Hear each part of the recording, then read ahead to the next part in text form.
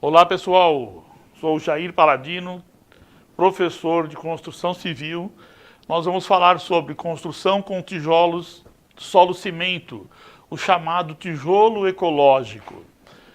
No mercado nós temos dois tipos de tijolos ecológicos, duas dimensões de tijolos ecológicos mais usuais.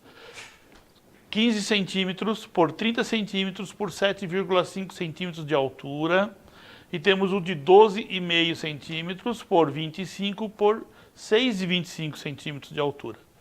Essas dimensões são as mais comuns. Temos também outras dimensões que não são tão usuais. Com o tempo nós vamos conhecer todas essas dimensões. Precisamos de ferramentas para o nosso trabalho.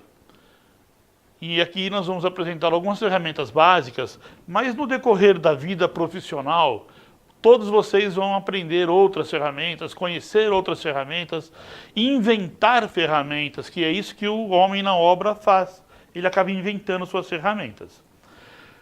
Nós temos uma ferramenta super essencial, que é o prumo. Você trabalha o prumo na subida da elevação das paredes, para que elas não fiquem caídas para um lado, fiquem fora de inclinação, né? Fiquem inclinadas erradas, né? E temos o prumo de centro. O prumo de centro, ele marca eixos. Você usa o prumo de centro nos baldrames. Temos também o nível. O nível pode ser o nível de bolha, que é aquele nível comum de madeira ou de metal, que tem aquelas bolinhas no meio que elas identificam aonde que está. Se a bolinha estiver assim, está fora. Se a bolinha estiver assim, está fora. Então ela tem que estar sempre na horizontal, fechadinha, para que nós tenhamos um bom nível. Aqui o exemplo da gravura ao lado, a pessoa está colocando um nível para identificar, inclusive, uma posição de prumo, porque ele também faz prumo. Ele também faz a posição, o mesmo trabalho do prumo de face ele também faz. E temos o nível de mangueira, que é um negócio assim, parece que arcaico, né? Mas ele é super legal. Você vai preencher a mangueira cristal com água, vai dar o nivelamento entre elas. Marca um ponto numa parede, como está na gravura, você tem um ponto baixo e um ponto alto, mas eu quero que aquele negócio lá fique alinhadinho, ó, aquela linha do centro está alinhadinha. Então, um levanta o ponto e o outro ajusta a posição. A hora que as águas pararem de se movimentar, que der fechadinha nos dois lados, pronto, está no nível. Você pode conferir que ele vai ficar certinha. Ah, mas eu tenho grana, vou comprar um nível laser. Puxa vida, que legal o nível laser. É a luzinha que me marca tudo. Eu marco um ponto, boto o nível e ele vai embora, fazendo tudo que eu preciso. Mais prático, eu não preciso de ajudante.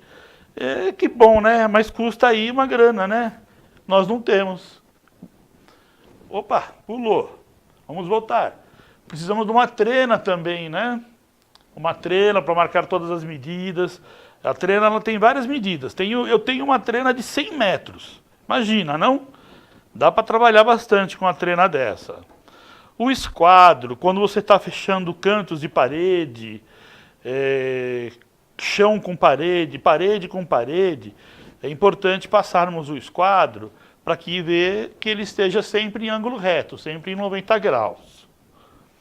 E aqui nós temos um mundaréu de ferramenta aqui, olha, colher de pedreiro, serrote, carrinhos de pedreiro, enxada, pá, picareta, talhadeira, ponteiro. Lembra que, de repente, você está num local que não fala picareta, fala chibanga.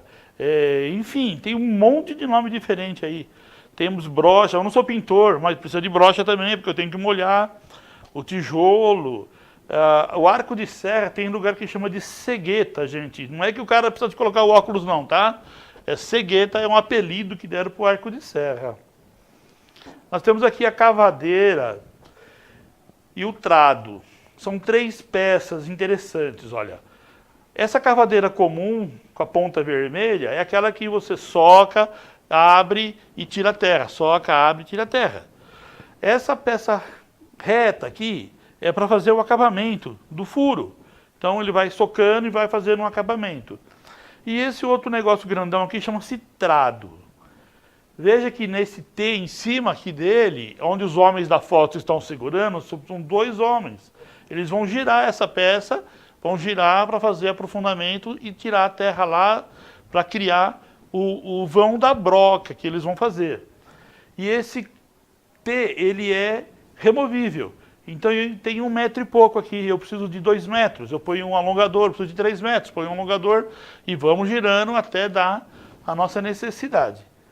Se eu puder, na obra, o meu capital de obra for bom, o nosso cliente vai usar um trado elétrico, né? Vai contratar um perfurador e tal. Algumas máquinas elétricas essenciais na obra. A lixadeira politriz, que é orbital, que é essa pequenininha aí do meio. A gente chama de treme-treme, que fica tudo estremelique assim quando está trabalhando com ela. É super boa nos acabamentos. Nós temos a esmerilhadeira, que é a primeira de cima da esquerda.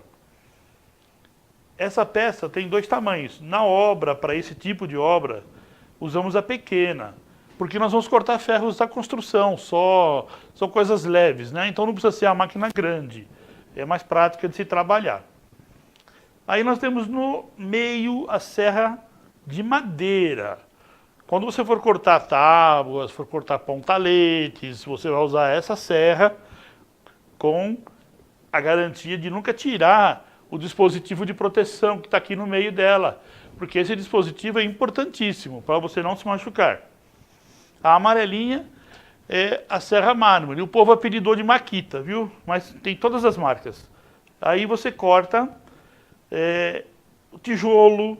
Nós precisamos, às vezes na obra não tem meio tijolo, eu preciso de meio tijolo, então eu uso essa peça para cortar o tijolo. Temos a furadeira aqui do lado esquerdo, embaixo da esmerilhadeira, que é uma furadeira impacto, que nós vamos precisar na obra.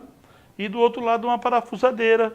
Na hora do acabamento, colocar uma porta, colocar uma peça, nós precisamos da parafusadeira. Escantilhão ou gabarito de altura. O escantilhão é uma régua que pode ser feita de madeira ou metal. Não é muito usual em obra. Porque eu sempre digo que o escantilhão é dedo duro. Ele vai contar para todo mundo que a parede está errada. Se ela estiver errada, claro, né? Porque se ela estiver certinha, ele vai mostrar que você é um bom montador, é um bom pedreiro. Ela vai trabalhar tanto o esquadro, veja lá no pé do homem ali da gravura, que ele forma um esquadro. Ele vai encostar no canto das paredes, conforme na figura do lado, e ele vai servir para mim. Então, esquadro, prumo, e ele tem o gabarito de altura, quer dizer o quê? Que ele vai contar para mim aonde eu tenho que parar de subir tijolo. Eu tenho várias posições que eu posso marcar durante a obra, verga, contra-verga e o pé direito total. Então, essa gabarito de altura dele é que vai me mostrar, que vai me dar essa posição. Betoneira. Igual aqueles caminhões de concreto, né? Não vai ser o nosso caso, porque nós vamos usar pouco concreto durante o processo da construção da obra. Não precisamos de caminhão. Então nós preparamos o nosso concreto, que vai ser um grout, que nós vamos usar nos furos dos tijolos. Então, a cada amassada você faz na betoneira, já descarrega e o servente traz para a gente trabalhar lá na obra. E agora nós vamos falar sobre a construção mesmo, né? O tijolo ecológico, ele tem um sistema de montagem super facilitado, super bonito, onde o proprietário da própria obra lá, o dono do negócio, ele mesmo vai construir a casinha dele. Você não quer pagar um pedreiro, você não quer pagar uma equipe. Se você tiver uma boa força de vontade, uma boa habilidade técnica, você mesmo irá conseguir fazer a sua casa. Mas nós estamos treinando aqui donos de obra, vamos treinar futuros montadores. Então, vocês se coloquem como montadores de tijolos, solo, cimento. Vocês não serão pedreiros, hein? Eu não quero montar pedreiro aqui, eu quero montadores.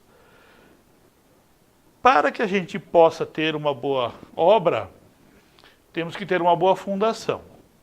A boa fundação é aquela que foi bem projetada pelo projetista de arquitetura, pelo projetista de estrutura, elas são as bases da nossa construção, pode ser viga baldrame, pode ser broca, depende do tipo de solo. Quem vai nos contar isso é o projetista.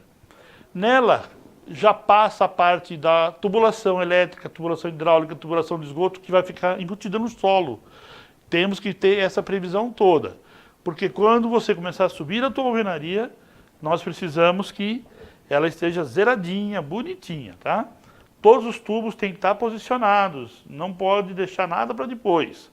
Depois de concretado, a parte de contrapiso, de baldrame, eu não tenho como atravessar mais. Então, tem que ser feito antes da concretagem.